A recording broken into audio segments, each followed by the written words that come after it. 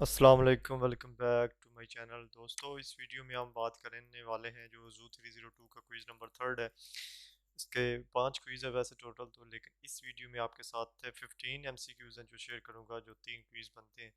तो वीडियो का एंड तक ज़रूर देखिएगा। अगर आपने ये देख लिया तो आपको सारे क्विज़ जो वो सारे सॉल्व हो जाएंगे, और ये भी बिल्कुल सॉल्व है, साथ साथ आपको सोल्यूशन बताता जाऊँगा।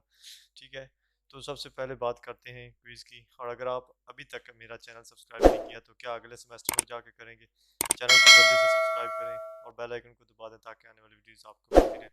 बात करते हैं in turbellarians the chief nitrogenous waste that diffuses out into surrounding water is the. जो नाइट्रोजनस वेस्ट होता है वो कौन होता है? यूरिया और अमोनिया होता है। ठीक है, ये दोनों इसके राइट आंसर है। सिर्फ यूरिया नहीं आएगा, सिर्फ अमोनिया नहीं आएगा, सिर्फ यूरिक एसिड नहीं आएगा। ठीक है, राइट आंसर क्या है इसका? बी है। उसके बाद जो दूसरा क्विज है हमारे पास, इसमें क्या है कि protonephridia are the simplest among nephridia, they are found in all the following except. Protonephridia जो वो सब में मौजूद है, रोटिफर्स में भी है, फ्लाइवर्म्स में भी है, लार्वल मोलस्कस में भी है, जो लेकिन जो इसका राइट आंसर है जिसमें ये मौजूद नहीं होता वो है लार्वल इंसेक्ट्स। ठीक है, मोलस्कस, फ्लैटवर्म्स, रोटिफर्स उनमें मौजूद है, इंसेक्ट्स में मौजूद नहीं है। ठीक है, राइट आंसर इसका सी है। क्विज नंबर जो थर्ड है हमारे पास, के आ स्पेशलाइज्ड सब cellular structure involve in osmo regulation. Osmo regulation में जो सब इन्वॉल्व है वो क्या है?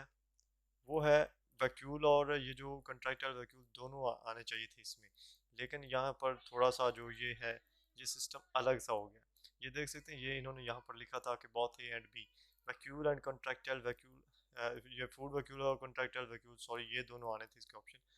तो यहाँ पर मुझे लगता है कि जिसने भी इसका जो भी लगा दिया इसके सारे सही हो जाएंगे, क्योंकि इसको लिखने में उनके तरफ से जो है गलती होगी। ठीक है, उसके बाद हमारे पास है फोर्थ के a few group of metazoan invertebrate possess structure that serve for excretion, osmoregulation or both they are the।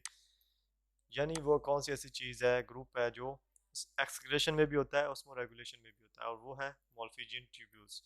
जो इसका राइट आंसर है वो ए है। ठीक है, उसके बाद अगर बात करें फिफ्थ क्विज की, के the muscular tubes which take the urine from the kidney to the bladder. Urine ले जाता है किडनी से ब्लैडर की तरफ, और वो क्या चीज़ है? वो है यूरेटर्स। ये जो बी इसका राइट आंसर है। ठीक है, क्विज नंबर जो सेकंड क्विज है हमारे पास, उसकी बात अगर करें, फर्स्ट उसका जो क्वेश्चन है कि functional embryonic kidney of many vertebrates and also adult fishes and amphibians.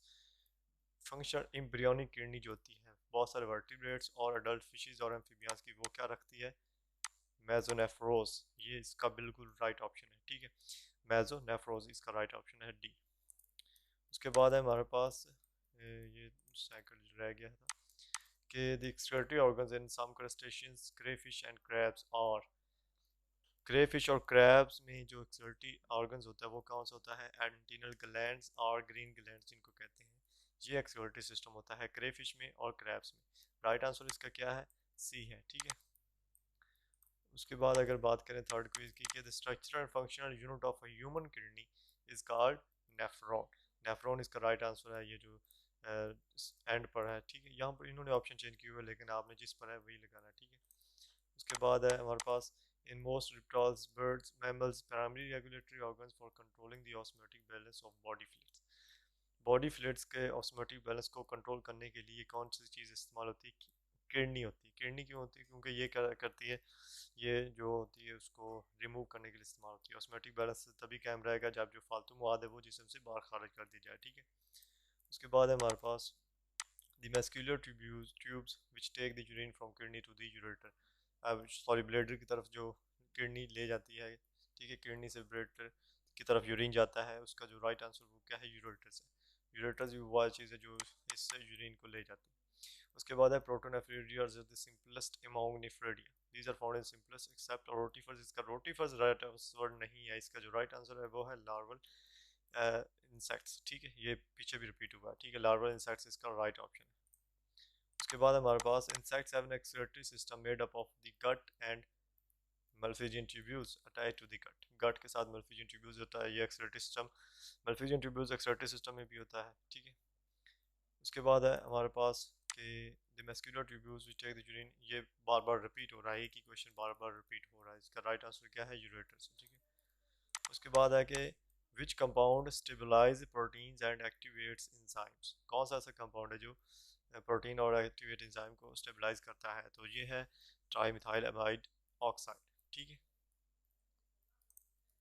उसके बाद हमारे पास है primary function of flame cell system is to eliminate water. ठीक है, फ्लेम सेल सिस्टम का जो फंक्शन है वो क्या है? वो एक्सेस जो वाटर है उसको यूरिन की शक्ल में खारिज कर देता है। ठीक है, इसका राइट आंसर क्या है?